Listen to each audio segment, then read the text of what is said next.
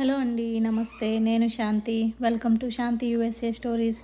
ఈరోజు రెసిపీ వచ్చేసి స్పెషల్ డేస్లో స్పెషల్గా చేసుకునే restaurant style paneer butter masala. Taste చాలా బాగా వస్తుంది. లుక్ టేస్ట్ అంతా సేమ్ రెస్టారెంట్ లానే ఉంటుంది. దీనికోసం ప్రాసెస్ చాలా సింపుల్, పెద్ద టైం పట్టదు. జస్ట్ 10 మినిట్స్లో కంప్లీట్ అవుతుంది.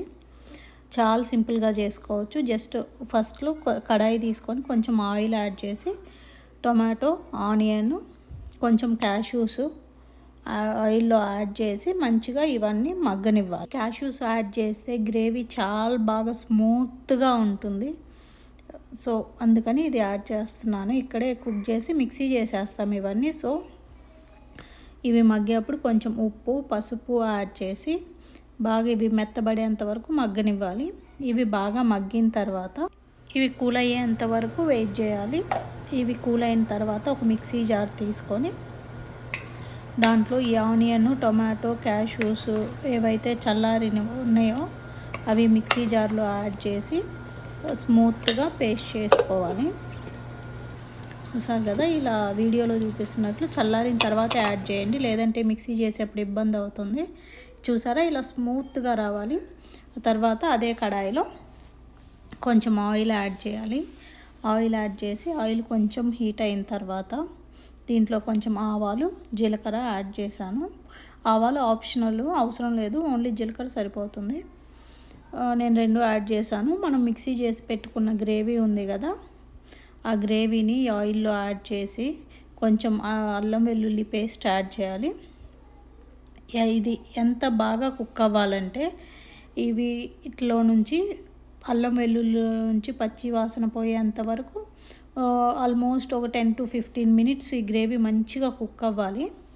దీంట్లో మనం మిక్సీ చేసి పెట్టుకున్నాం కదా, దాంట్లో కొంచెం వాటర్ యాడ్ చేసి మిగిలిన ఆ మసాలా వాటర్ కూడా దీంట్లో యాడ్ చేసేసుకోవాలి. ఈ గ్రేవీ చూసుకోండి, కన్సిస్టెన్సీ కుక్ అయ్యే కొద్దీ థిక్గా అవుతూ ఉంటుంది. దాన్ని బట్టి మనం వాటర్ అడ్జస్ట్ చేసుకోవాలి. ఇది ఇలా కొంచెం వాటర్ యాడ్ చేసిన తర్వాత కూడా బాగా కుక్ అవ్వనివ్వాలి. ఇలా కుక్ అయిన తర్వాత కొంచెం ధనియాల పొడి, 4th స్పూను కారం యాడ్ చేస్తున్నాను. ఇది స్పైసీగా ఉంటే అస్సలు బాగోదు. మనం యాడ్ చేసేది ఈ ధనియాల పొడి, కారం లైట్గా కొంచెమే యాడ్ చేసుకోవాలి. ఆ ఫ్లేవర్ లైట్గానే తగిలితే బాగుంటుంది.